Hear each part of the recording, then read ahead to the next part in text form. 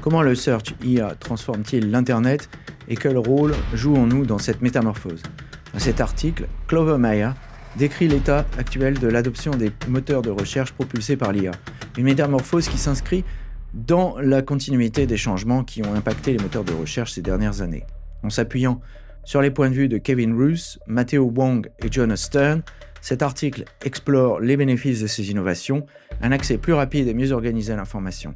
Il se penche également sur ce que nous risquons de perdre, la diversité des sources, la profondeur du contenu et notre curiosité à aller au-delà d'une réponse préfabriquée. Des interviews, des chiffres, des faits, des études. Pas de blabla, ce sont les podcasts de Visionary Marketing disponibles sur toutes les bonnes chaînes de balado-diffusion. Bonjour et bienvenue dans les podcasts de Visionary Marketing. Le sujet du jour, Search IA, la fin des moteurs de recherche traditionnels, point d'interrogation. Un article de Clover Meyer, traduit par nos soins.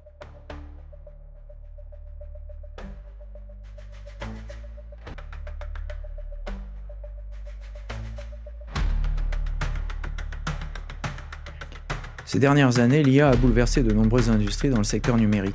Mais l'un des changements les plus notables a sans doute été celui qui a touché la recherche d'informations en ligne. Pensez à la dernière fois que vous avez cherché des informations sur Internet. Avez-vous scrollé pendant des heures et affiché des tonnes de pages web?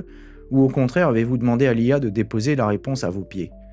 Le règne de Google, qui dure depuis des décennies, pourrait bien être remis en question par ce nouvel âge de la recherche conversationnelle et contextuelle. 3 visions du Search IA, Roose, Wang et Stern. Pour étudier ce sujet en profondeur, cet article se penchera sur 3 articles différents écrits par Kevin Roose, New York Times, Matteo Wang et Jonas Stern, Wall Street Journal. Alors que le débat autour de l'IA fait rage, leurs observations offrent des points de vue uniques, de l'attentisme empreint de scepticisme à l'adoption enthousiaste. Ceci reflète bien le développement considérable des potentialités de l'IA et son adoption croissante par les utilisateurs. En analysant leurs conclusions et en examinant les chiffres, je vais explorer, c'est Clover Meyer qui parle, le paysage actuel et futur de la recherche alimentée par l'IA, alias Search IA. AI Search en anglais. Que vous ayez déjà pris le train en marche de l'IA ou que vous vous accrochiez encore à vos onglets Google, voici un aperçu de l'évolution de notre processus de recherche de l'Internet et de notre rapport à l'information en général. Alors commençons par Kevin Roose, du New York Times, pour suivre avec prudence. En février 2024, Kevin Roose a écrit un article pour The New York Times intitulé « Un moteur de recherche IA peut-il remplacer Google ?» Oui, dans mon cas. Comme vous l'avez peut-être deviné dans le titre, l'expérience de Roose a été positive, mais pas sans hésitation.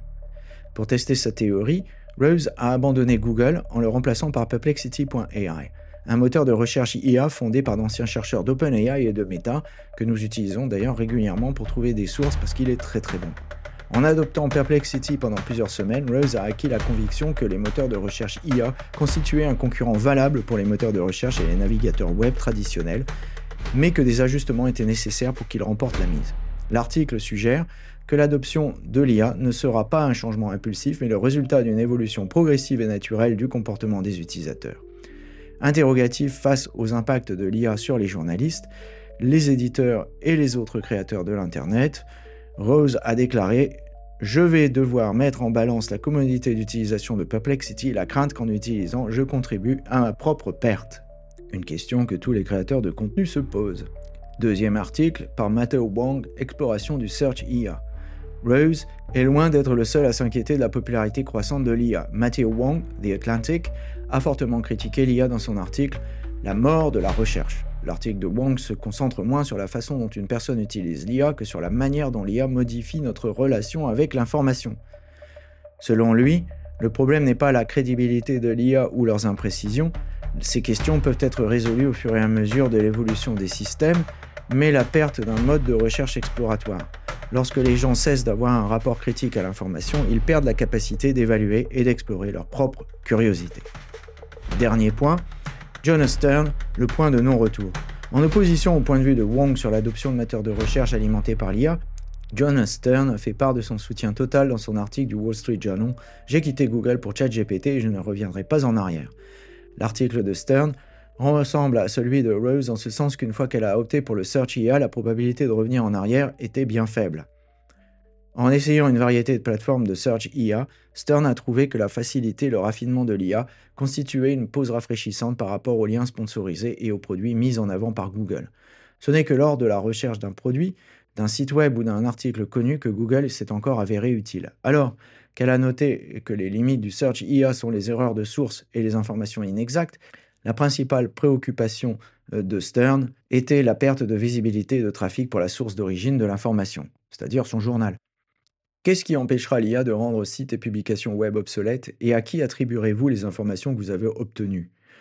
Madame Stern conclut son argumentation en disant « Alors oui, je vous encourage à essayer l'IA pour la recherche, à condition que vous me promettiez de cliquer sur un lien quand vous le pouvez. » Un vœu pieux, car la plupart des utilisateurs sont des fainéants. Alors, l'expérience de Clover Meyer sur le Search IA. Bien que je sois familière des plateformes ChatGPT et Perplexity, nous dit-elle, mon expérience des moteurs de recherche alimentés par l'IA est encore limitée. Mes premiers essais n'ont cependant impressionné. Les réponses concises et synthétiques me satisfont et répondent correctement à mes questions. Pourtant, malgré cette efficacité, j'ai constaté que je ne quittais pas encore Google. Je ne sais pas encore si c'est par habitude ou par précaution.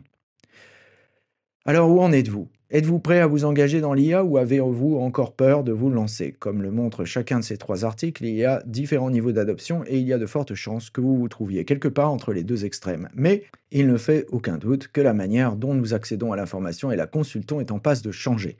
La taille du marché mondial de l'IA a bondi d'environ 50 milliards de dollars à 184 millions de dollars en un an seulement. En outre, une enquête réalisée par Activate Consulting nous apprend que le nombre d'adultes aux États-Unis utilisant l'IA en premier pour leur recherche en ligne était d'environ 13 millions il y a tout juste 2 ans et devrait atteindre 90 millions d'ici à 2027. La croissance est patente et elle ne se limite pas à une seule plateforme. ChatGPT, Perplexity, Copilot, Claude, même Google tente de se réinventer avec Gemini.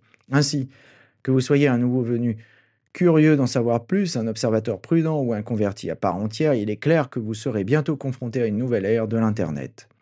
À l'avenir, nous devrons décider si les bénéfices compensent ce que nous allons perdre et si, avec la poursuite de l'adoption de l'IA, de nouveaux problèmes font surface.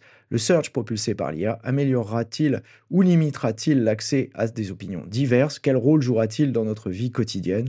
Je pense, nous dit Clover Meyer pour conclure, qu'il faut se donner du temps avant de pouvoir se faire une idée. Et je reviendrai personnellement sur mon expérience sur Perplexity dans quelques temps, quand j'aurai eu le temps d'infuser, mais je pense que, un peu comme Joanna Stern, je ne reviendrai pas en arrière. D'ailleurs, j'ai déjà quitté Google il y a 5 ans pour DuckDuckGo, et j'ai expliqué pourquoi. Je vous ai mis le lien dans l'article.